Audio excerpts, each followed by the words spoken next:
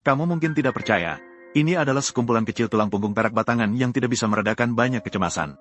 Setelah melalui pengolahan oleh ahli pengrajin dengan keterampilan tradisional, namun bisa berubah menjadi barang mewah tradisional yang mulai dari 5 angka. Bahkan di era modern, masih membuat banyak penggemar berebut seperti lalat mengerubungi bangkai. Di mata penggemar, itu adalah barang mewah. Di mata kolektor, itu adalah karya seni. Melihat hasil akhirnya benar-benar membuat orang terkesima. Harus mengagumi keterampilan luar biasa dan ide-ide brilian dari ahli pengrajin. Terlihat bahwa ahli pengrajin pertama-tama melelehkan pecahan perak dan menuangkannya ke dalam cetakan untuk membentuk batangan perak. Kemudian batangan perak dimasukkan ke dalam mesin untuk dipanaskan dan ditekan berulang kali. Sehingga ketebalannya perlahan-lahan menipis dan luasnya semakin bertambah. Hingga batangan perak dipres dari bentuk blok menjadi sebuah lembaran tipis berbentuk panjang. Setelah mencapai ketebalan yang diinginkan dan menghangatkan lembaran perak hingga rata, ahli pengrajin mulai menggambar kontur persegi panjang di atas lembaran perak, sambil memangkas bagian yang berlebih sesuai garis gambar. Dengan demikian, didapatkan persegi panjang yang teratur. Lembaran perak berbentuk persegi panjang ini adalah bahan dasar untuk membuat objek ini. Dengan ini, bahan telah siap, dan teknik yang sebenarnya baru saja dimulai.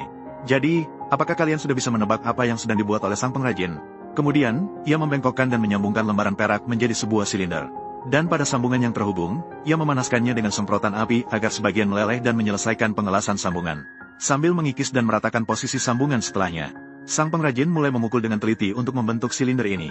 Karena sifat perak yang cukup lembut, setelah ribuan kali dipukul, kedua ujung silinder ini secara perlahan mulai mengerucut ke dalam.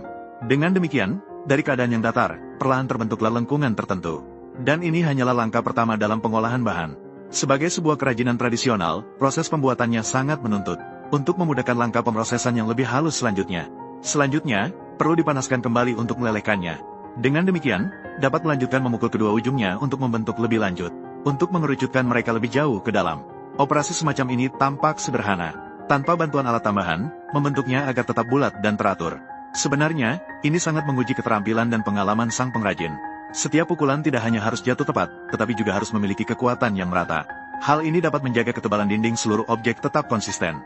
Oleh karena itu, ahli pengrajin juga sangat teliti dalam pembuatannya. Di bawah tangan terampilnya selama puluhan tahun. Saat ini dapat ditemukan bahwa batangan perak telah berubah dari bentuk silinder aslinya. Perlahan-lahan berubah menjadi permukaan tembaga bergelombang yang menunjukkan efek riak yang indah. Setelah proses pembentukan selesai, struktur dasar objek ini telah terbentuk.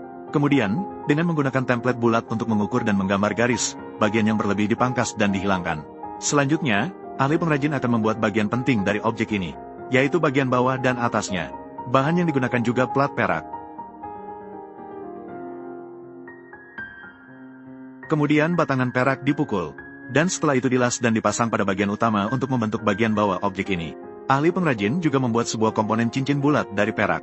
Dengan cara yang sama, komponen tersebut dilas dan dipasang di bagian atas sebagai sebuah lubang yang menonjol, sehingga memudahkan penghubungan tutup bagian atas. Jadi, setelah melihat ini, semua orang pasti bisa melihat apa yang dibuat oleh ahli pengrajin, bukan? Benar, ini adalah sebuah plat perak berbentuk lengkung. Karena bentuk tutup berlekuk bukanlah datar. Oleh karena itu, perlu untuk menggantung dan memaksa sepotong batangan perak lain untuk membentuk lengkungan tertentu, dari datar menjadi 3 dimensi. Setelah proses pemaksaan selesai dan dipanaskan, maka dapat dilas dan digabungkan dengan cincin bulat lainnya menjadi sebuah tutup berlekuk yang lengkap. Sampai di sini, busur perak ini masih kekurangan satu komponen terakhir yang juga paling penting. Itu adalah cerat yang bentuknya sangat tidak teratur, namun harus memiliki garis yang indah dan halus. Oleh karena itu, proses pembuatannya cukup sulit. Di langkah ini, pengrajin juga sangat fokus dan terlibat.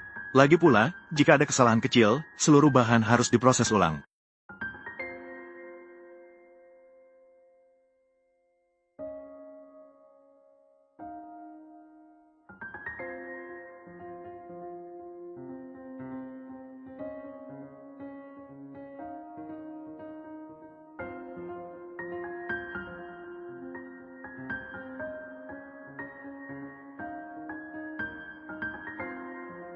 Dengan keterampilan mahir dari guru, cerat selesai dibuat dan dilas dengan aman pada badan busur.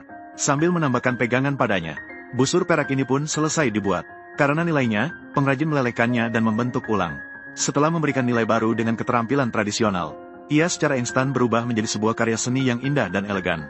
Kita harus mengagumi keterampilan luar biasa dan kreativitas yang hebat dari pengrajin. Jadi, berapa nilai yang bisa kamu berikan untuk busur perak seperti ini?